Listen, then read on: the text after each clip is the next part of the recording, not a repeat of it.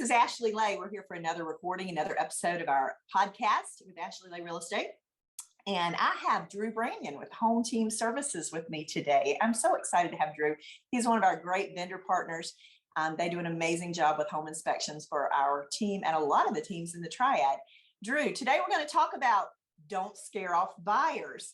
You know, we're in this seller's market where things that we see every week make buyers second guess submitting an offer on properties. But there's a lot that shouldn't be ignored and a lot that we should talk about. So we're just really happy to have you today. Introduce yourself. Tell us a little bit more about you. Yeah, thanks a lot, Ashley. Again, we're HomeTeam Inspection Service, cover the whole Triad. Basically, we're fast, trusted, and accurate. So quick to get out to you. We've got a bunch of guys out there that all do a great job, and we strive on quality and, like you said, not scaring the buyers. This is an educational process. They need to know what's there, but we don't need to jump up and down and scare people. I actually had, most of the time that's directed toward real estate agents. I had a client the other day that was like, my wife doesn't really want to buy this house, so please don't give her a reason to back out. So, and we can talk more about that on. It's educational, unbiased, not opinionated, using scary adjectives, all those kind of things. Yeah. I mean, we're in just such an odd market. I've been in real estate now. This is the end of my 16th year, and I've never seen a market quite like it. We have the homes in the Triad have increased upwards of some of them 20% in value this year, which is a crazy number to be talking about. We used to always be amazed when the Ardmore would perform at 5% over the market and the market's doing 3%, right? So now we're talking about 20%. So what happens then in this market, for those of you that haven't bought or sold in a very long time, is we have something called due diligence in the Triad. And what that is it's your pledge to buy the house, to show your seriousness with buying the house and winning the offer. And we're seeing amounts, Drew, $10,000 is common. It's non-refundable to that buyer. So once they put that money down, they don't get it back for any reason. And in other parts of the Triad, in other parts of North Carolina, we're hearing stories out of Raleigh and Charlotte, like $100,000 in due diligence.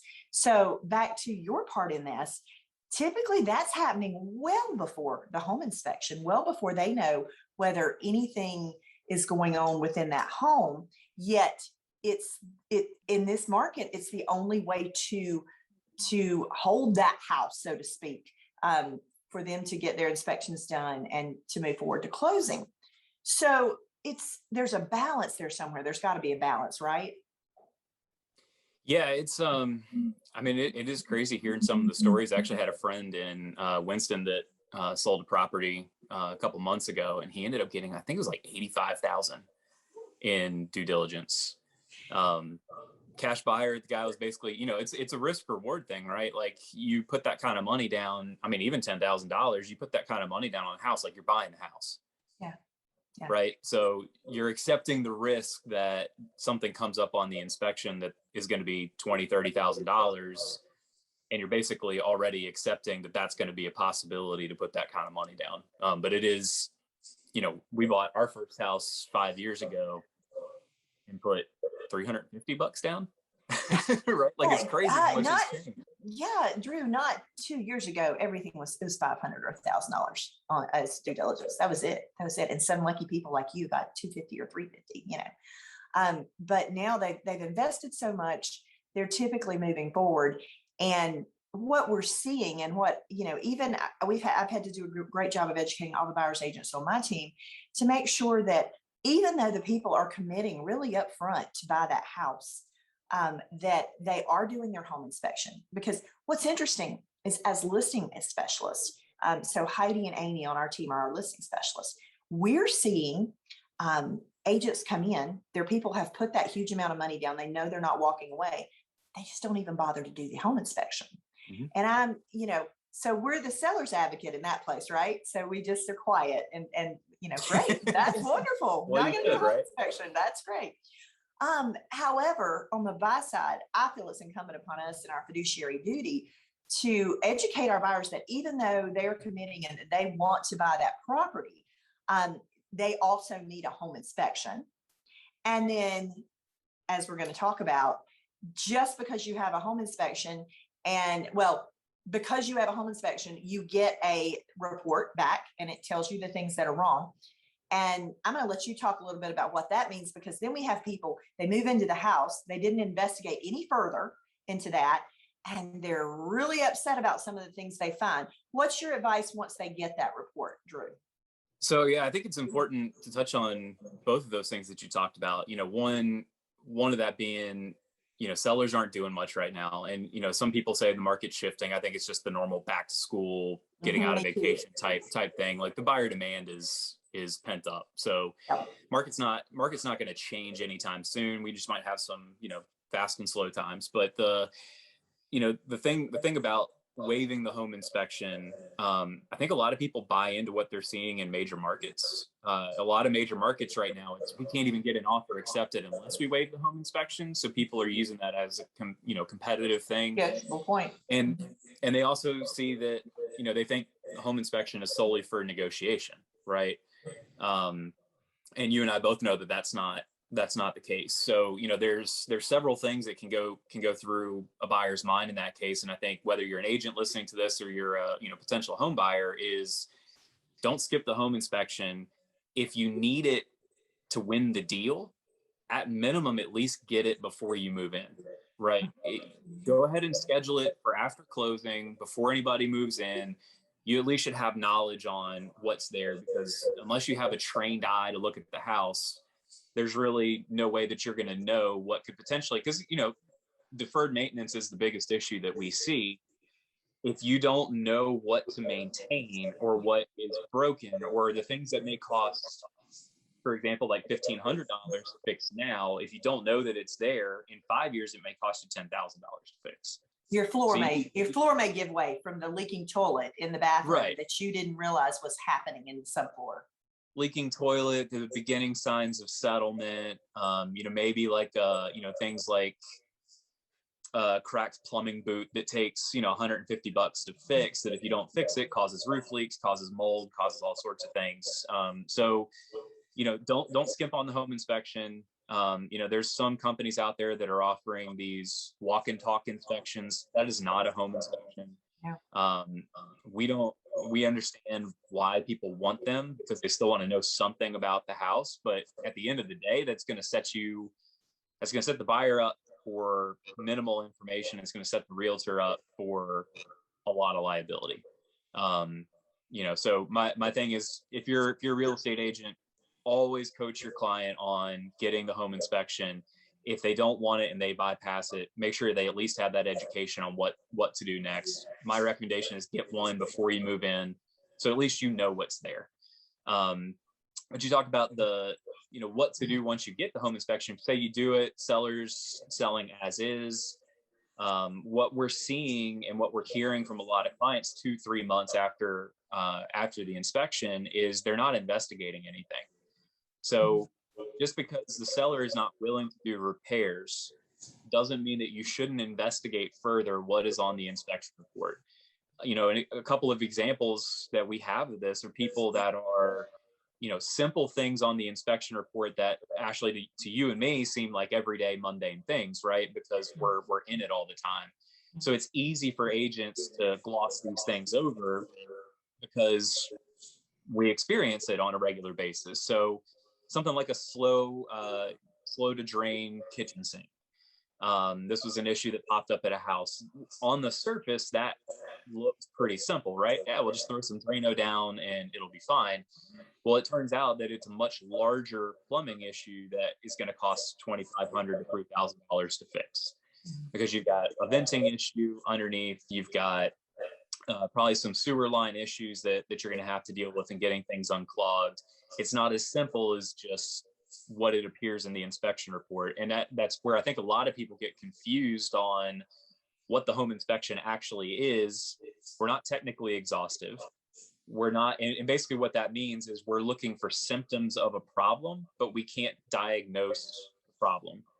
Sometimes we can usually give a good idea on what it is, but like a slow to drain sink, could be any number of things. It could be like 9 or 10 things, right? Like it could be a venting issue. It could be that there's too much hair in the sink and it's clogging it up. It could be the drain lines aren't sloped properly and it's not running fast enough downhill. It may be that it's not trapped properly. It may be that there's some issue going on where drain lines connect and things are, not pushing enough water through, or there's a sewer line issue underneath the front of the house. You don't know until you get it investigated, right? It could be a very simple thing, and you may end up paying a plumber more to show up to investigate it than it does to fix it. But that, being able to go through and take that deep dive into the house to know what's there, so you aren't walking into a $5,000 surprise when you get into the home, right? Right. And that's part of, the title of this again is Don't Scare Off Buyers. And what I'm hearing already is something that's really scary for a buyer. But it's back to, if you're, depending upon who you are in our audience, if you're the agent or if you're the buyer, here's the important part is that you both sit down together, the agent and the buyer, at the beginning of your home search. And you have a very, very thorough buyer consultation. And in that buyer consultation, you explain the market that we're in. And here's the thing. I'm going to go through it with you guys in our audience, just like we were sitting down together. The market is a solid seller's market. That means we have to use every tool in our toolbox, everything in our power to win an offer. The majority of agents are writing over 10 offers for a buyer before they win, if it's under a $300,000 price point.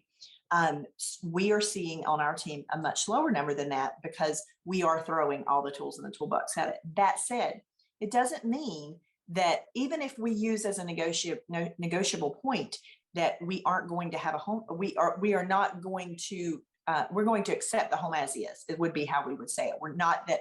I don't want to ever use the words we're not going to do a home inspection, because that would be taking something crucial away from my buyer.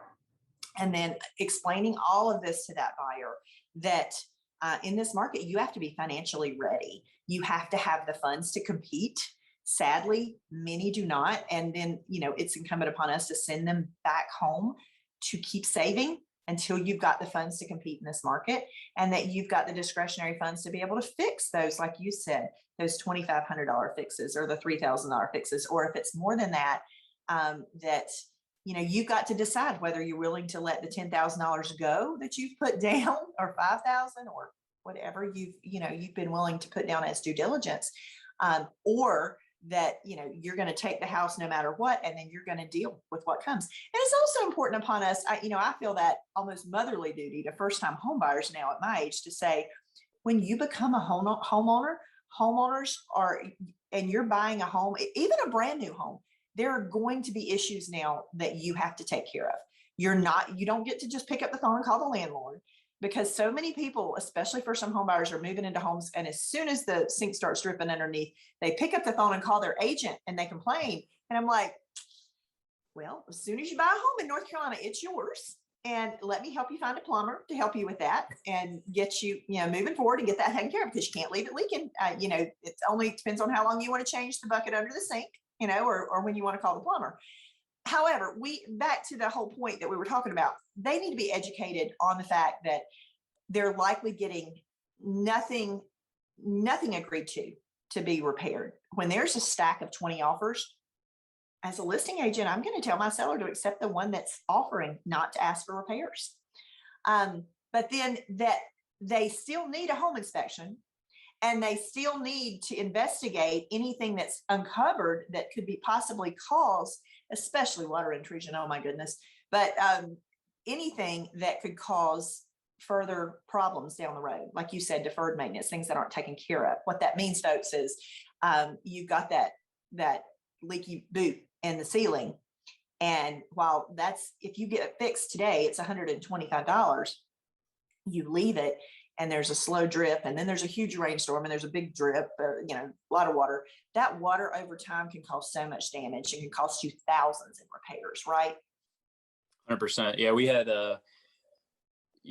did an inspection, $750,000 house a couple months ago, and they had a bad boot. and it over time had actually created these like mold stalactites Oh, that like was literally hanging down from the attic back in the corner. And the seller took really good care of their house.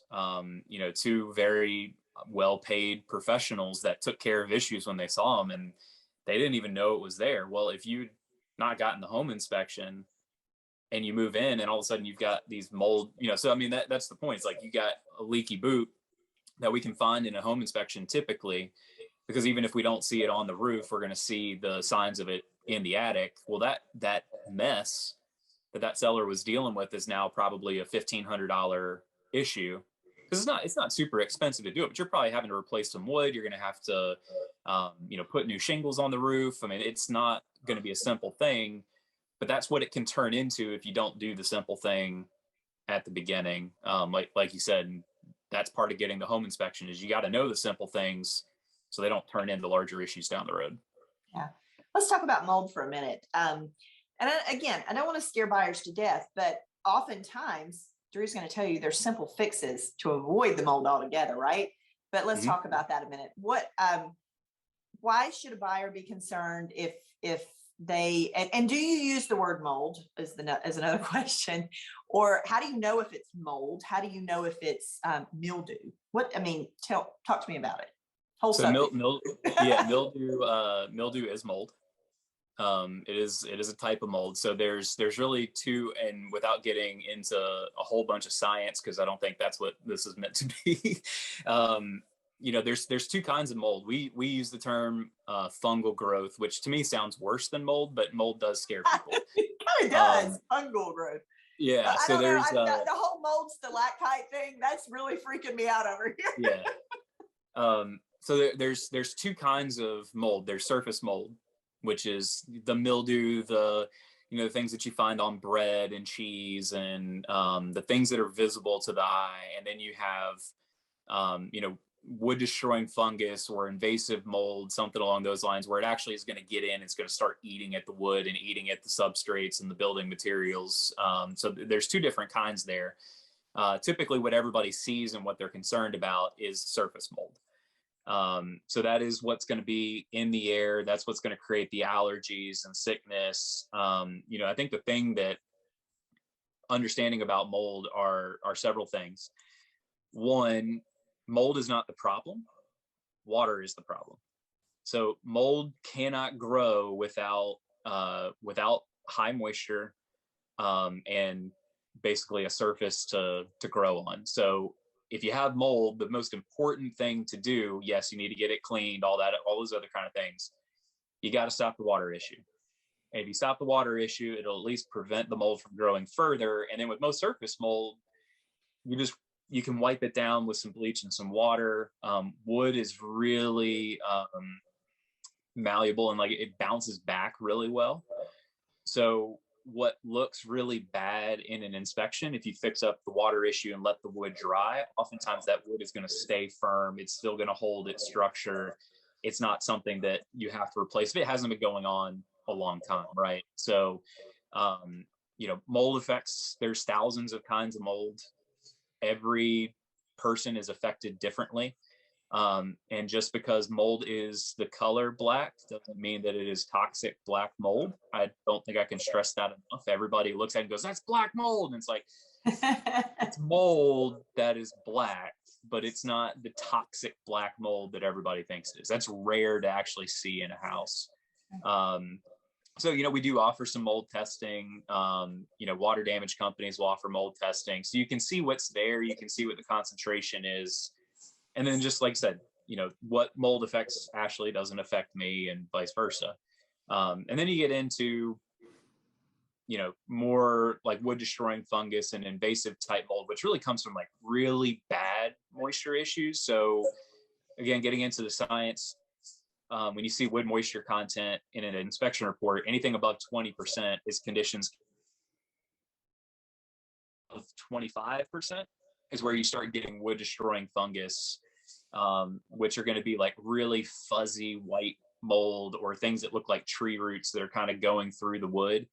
And that'll actually eat up at the wood and cause structural concerns on top of everything else. So mold is absolutely scary. It is the one thing that, one of the biggest things that people are always concerned about in a house. They walk in and it could be allergy season outside. They walk into a house and sneeze and they're like, this house has mold. I can feel it. We're in North Carolina. Every house has mold. Thank you. Thank you for saying that, because I've rarely walked into a basement in North Carolina that didn't have some kind of seepage or leakage, meaning, there's some kind of discoloration of the concrete blocks, just because it is North Carolina and it stays so humid. And there are things you can do, obviously, but there's a little of that everywhere in North Carolina, and it's knowing it and how to handle it, right? Knowing what to do with it. So, all right. So our topic here is don't scare off buyers. And I'm thinking to myself, we're probably scaring them to death. But back to the last sentence, if they're educated and they know that we're in North Carolina and we have a high level of humidity, and it's all about, we're going to get it. It's just figuring out how to handle it when we do, right? So I'm thinking about some of the other things that'll scare off buyers, and a topic I want to cover that you guys don't play into nearly as much, though, is the dirt and grime aspect of things. Mm-hmm. We're showing property. We walk into a home, and in this market, not every buyer is leaving their home spick and span for the showings, because they don't have to. And you'll have people look down at dirty baseboards and exactly the topic we were just saying and go, oh my gosh, there's mold on those baseboards. And I'm like, it's just dirt. Those people are not very clean. But that's something to keep. It's a topic to keep in mind when you're out looking at property in this market, in a seller's market. Just understand that you got to see through a lot of things. And back to why you need a home inspection, because sometimes people, they leave their home so cluttered. There's hidden items that you may not see that you need to bring that home inspector in afterwards for that. Well, so.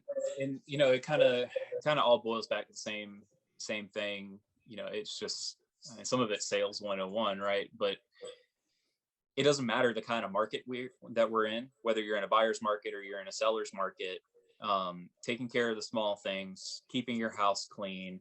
If your house is dirty, like, we're probably going to look a little bit harder because it looks like you haven't taken care of your house, right? And yeah, you don't have to clean your house. You don't have to do some of the handyman things to put your house on the market right now. But when you think about like what generates overpriced offers, over list price offers, doing those kind of things that make your house look like that is going to drive the traffic. It's going to, so yes, we're in a seller's market, but you still need to do the same things heading into it. It's interesting because I tell you, the place we see it most often, sadly, is in cases where a home has been inherited by the heirs and none of the children want to take responsibility for doing more than bringing in the dumpster and cleaning it out. And we explain to them, hey, if you would just have a thorough cleaning and bring in, and let's get rid of these, they want to leave the very dated couches and chairs. And, I'm like, there are often cases that if they would spend, $2,000 or $3,000 with my stager and have a very thorough cleaning, they would get tens of thousands of more dollars for that home. Yeah. And so I'm also, our topic again, don't scare off buyers. Buyers, understand when you walk in a home like that, you may get it for a better price because it looks like that. But if you're a seller, you're leaving money on the table. So much money on the table. I've used the example for many years with my sellers that when a buyer walks up to the front door, we've been out, we've looked at several properties, we come to the front door, I literally know there's two spots that I know whether that buyer is bought in on that house or not. And it's when they drive up and their reaction at the front door. And then when they walk in the door and they look around. At that point, they're either bought into that house or they start throwing objections as to why they don't want that house. And the way to avoid that is the way your yard looks when you drive up, but most importantly, if your door needs paint and your hardware on your door, I can't get it open because it's so hard to unlock. that is a huge red flag, because then the people go, what else didn't they take care of? Mm-hmm. And then you walk in the door, and if the home is pleasing to the eye, and guys, and it smells good, because if it doesn't, if I smell animals the minute I walk in the door, that's a red flag. But I walk in the door, it looks good, it smells good, it's staged well, and you don't have to hire a professional stager to make it be staged well. It's just decluttering and cleaning out that house. They're going to get so much more money. And just like you said, Drew, even down to when the home inspector comes in, they're not going to find as many, you're going to find the same thing either way, but you may look harder if it looks like it wasn't maintained. Well, I mean, it's human bias and human nature, right? Like we aren't consciously thinking, I'm going to go after this home hard, right? Like we treat every home the same. We see the same things. We're looking at it the same way. But in the back of your mind, when you walk into a house and you see that it's well made, you tend to give the seller the benefit of a doubt, right? So like if things that are questionable, you might be like, okay, no big deal, because they clearly have maintained this house well. Right. But the ones that don't, you're like, Yeah.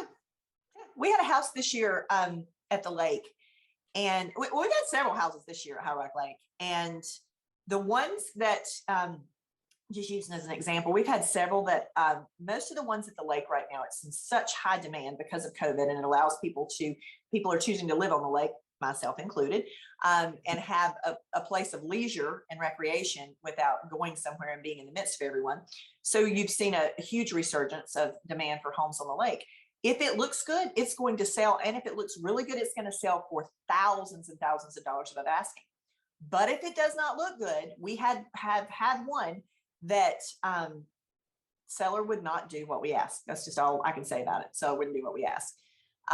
It needed to be cleaned really well. It had some deferred maintenance, outside deck, that sort of thing, and needed, lake houses especially, being on the water and that sort of thing. The dock, the decks, the wood gets a lot of wear and tear. And the inside just needs to be staged, needs some things. We didn't sell that house. And it's even in this market, and that house was priced well, and great space, on the lake, but it didn't, if you don't do those things, even in this market, sometimes you're not going to sell. So, or you're going to get a much, more than likely in most of the areas in town, you're going to get just a much reduced price. And that's sad in this market. It really is. Well, you're missing your opportunity, right? Like you said, in 16 years, you've never seen this market. I grew up in a real estate family. We've been in business for close to 7 years, and we've never seen anything close to it.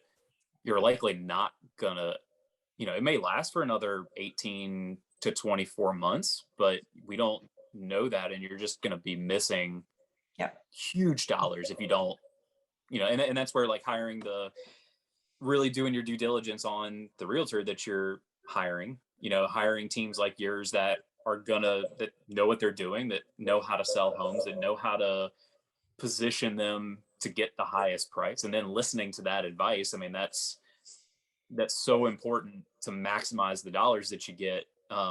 Because I'm sure you've seen it, and maybe you've heard it. Like I've talked to some other agents that their clients get upset because they only got $10,000 over listing price. It's true. And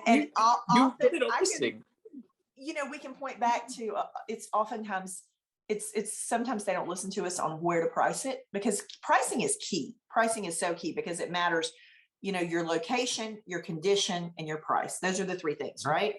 I can't change your location. I can help you and give you advice on affecting that condition, but then price is 10x over all the others. And what we look at is, where's the market at? Where's your house in comparison to the market? And then we come in just barely right at the bottom of your range we would give you. So if we say your house needs to be listed at 2 to 210, I would want to list it at 199, because that will drive the most buyers to your house and give the most opportunity for the most offers. And it'll go way over the even the 210 in this market. It just does. We see it every time. We've sold several this year listed at that price for 230, 235, 240 and cash often, when you don't have to worry about the appraisal. But that's back to people. It's really interesting to me sometimes, even with like you said, a professional team like ours, that this is, this is our profession. This is what we do. We sell over, this year we've already hit the 200 home mark, 200 homes a year. Yet they'll walk into a doctor's office and they'll take the advice of their doctor to do the things they need to do for their health, but they won't take the advice of their realtor for the things they need to do for their home to get the most money, which is kind of mind-boggling to me sometimes. But my wife's a physician assistant. I can tell you that those people probably aren't taking the advice of their doctor. She always had people that came in and were like, I need you to give me X medicine. And she's like, no, I'm not. That's not what, that's not what we're here for. Well, so you may be surprised at that. So there's another thing that comes to mind with buyers, that it's those poorly functioning home components when you, that also are they're going to get the seller less money if they're not taken care of. And the buyers need to be aware when they move in, because they need to know if their stove doesn't work when they move in, because that's a pretty key, important thing in their home. Or just be prepared that they may need to buy a new one, or that their dishwasher's not, you go to turn it on and it doesn't drain. That's a problem, right? Right. Yeah. It's so much of this is just education. Yeah. Right. Education and expectations, and knowing, the one thing that I tell people all the time, and I kind of turn it into a joke, but it's actually serious, is the HGTV people are like, everybody wants a perfect house. No one expects a perfect house. No one.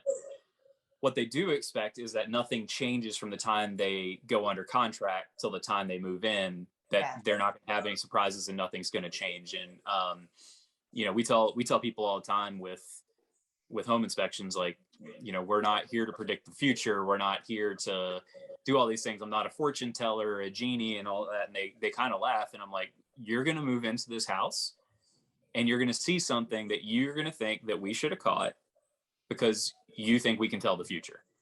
I said, so we do it as a joke, but it's often true that you move in and you're like, well, why didn't they catch this? And this is where the education becomes so important, in getting things evaluated as much as you can. I tell the story to people all the time when they're talking about mitigating risk inside of a home inspection. I own a home inspection company. We have great guys on staff. I've got guys on staff that are way better at it than me. So we bought a house a couple of years ago, and I got one of my guys to do it. And 3 weeks after moving in, our basement flooded. And the home inspector's basement flooded. Home inspector's basement flooded, right? And my wife looks at me and she's like, shouldn't so-and-so have caught this? And I'm like, we lived here for 3 weeks, putting things down the disposal, flushing toilets, taking showers, all these kind of things, and our basement flooded. I said, our inspector was here because we're fast and we use a team. Our inspector's only there for an hour and a half, 2 hours, running plumbing for 10, 15 minutes, 20 minutes, maybe, if there's a lot of stuff going on there. And we're not putting food down disposal. We're not using the bathroom in the way that it's designed. We're not taking showers and taking baths and splashing water. And I said, we can't expect or predict what ended up happening. And the thing that caused it was inside the plumbing pipe underneath the slab of our basement. So it's, there is no, I think that's so important when you're talking about like getting things evaluated. We didn't see any signs, and sometimes you have to know that you're buying a used house, right? And things are going to happen. Just like when you buy a used car, you don't expect it to not have an issue in the first year. There's so many things that can happen. One with just living in the house and being in the house. And then, the other part of that is when you get the home inspection, you get it done early in due diligence. What's that? 3 weeks between due diligence and closing oftentimes. Yeah. Do you know what happens in those 3 weeks? I mean, you do, but what happens in those 3 weeks is, you're emptying out your refrigerator. You're dumping everything down your disposal. Yeah. You're moving things and bumping walls and removing things, or say the seller just moved out and the house sits vacant for 3-4 weeks, when the house components are designed to be used. It's the middle of the winter, something freezes. Right. When the systems are designed to be used and they're not used, seals dry out and you walk into leaks. Water heaters are not. You leave the HVAC off and you walk into some fungal matter. Right. Because that condensation starts building up in there, and there's so many things that can happen in a house, and we were talking about this beforehand, that we're seeing more complaints from people because they're putting so much money down, because they're not getting things evaluated. But yeah, if you put $15,000 down on due diligence, you still have to have the education and the expectation of, you need to budget another $5,000 to $10,000 to do stuff as you move in. Right. And I think you're having a conversation, but a lot of people aren't. Yeah. And I think that's back to, we're kind of all the way come around in a full circle. It's so key to hire professionals, to hire a professional home inspector, to hire your attorney, to hire a professional realtor. Ask your realtor if you're going to look at, so many people, this is how they start. They get on Zillow or they get on realtor.com and they find a house they want to see. And they call the agent that answers the phone and they say, I want to see this house. And the 99 out of 100 agents say, okay, what time? Okay, I'll set the appointment. I'll meet you there. They go see the house. The person wants to make the offer on the house. Let's say for example purposes, they go under contract on this house, although it'll probably be 100 later, but they go under contract on that house. Then they start through the process. That agent never took the time.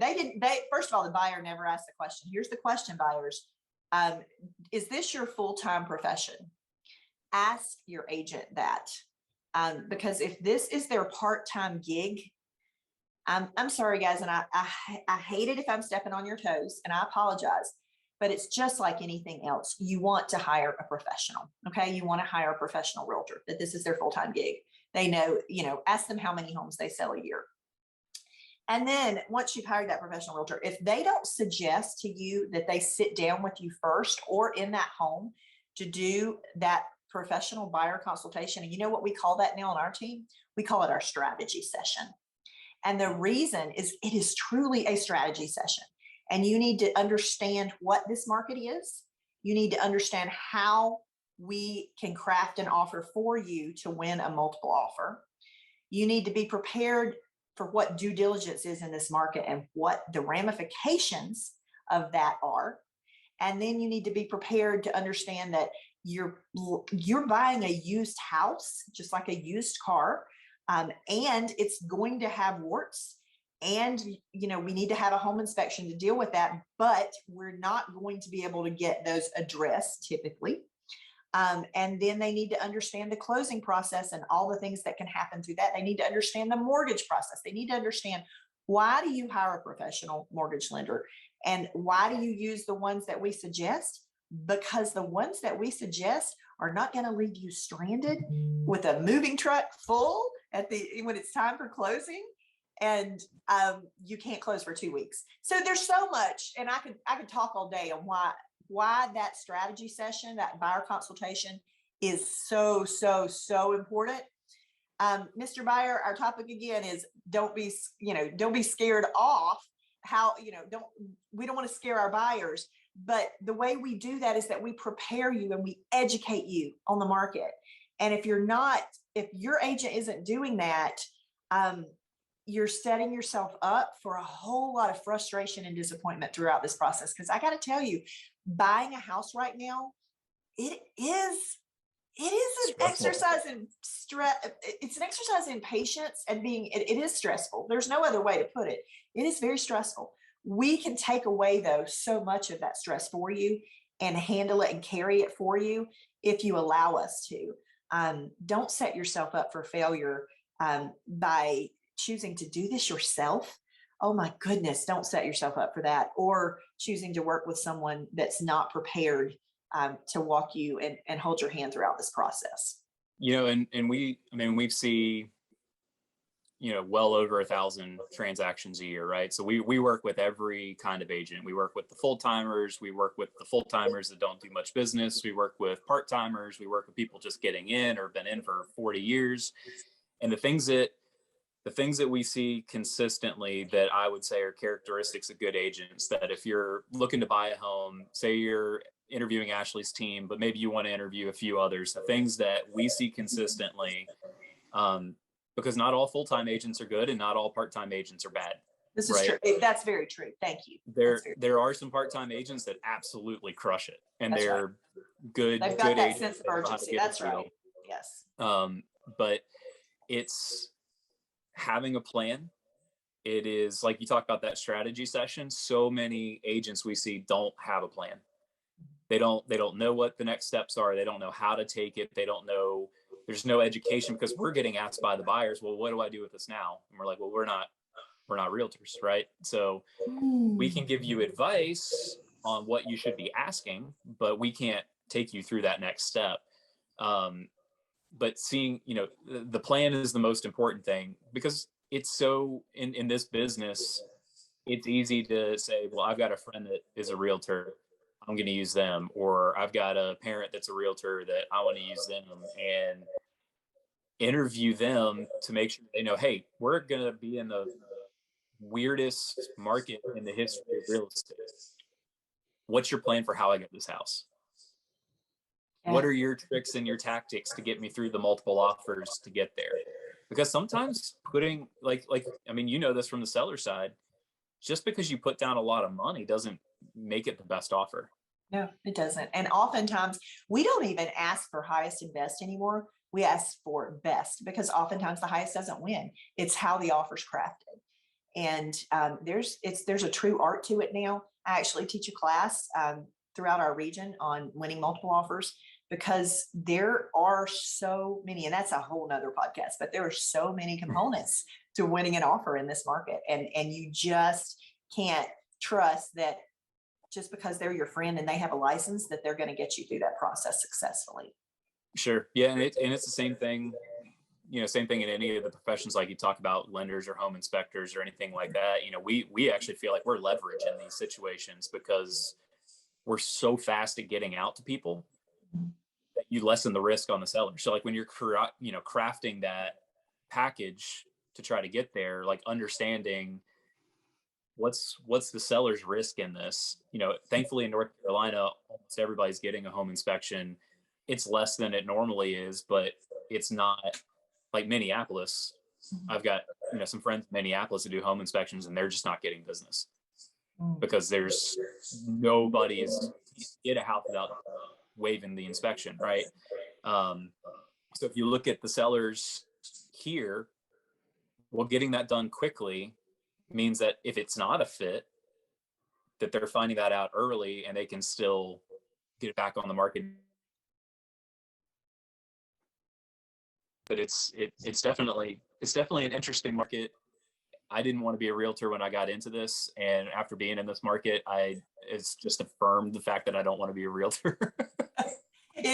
Last thing I'll say, so many of my friends now are like, oh, I bet you love being a realtor right now. It's just so easy to sell a house. And I just look at them and smile. And I'm like, I like a balanced market. It's fair to everybody. It's much easier. We know how to sell homes either way, but I like a balanced market. So I'm looking forward to the market shifting back a little bit at some point, someday. It will eventually. It will. What goes up must come down, and it will. But thank you so much, Drew, for joining us today. I think we've had a great conversation. I think maybe we've given some great points that can educate the potential buyers and also help some of those agents out there with saving frustration later in the transaction and making it a much more successful endeavor for their clients. Absolutely. And the one thing that I'll leave you and everybody else with, and this is for agents, for people that are buying, use the experts for information. Probably the biggest mistake that I see people make in the home inspection process is they never reach back out to us.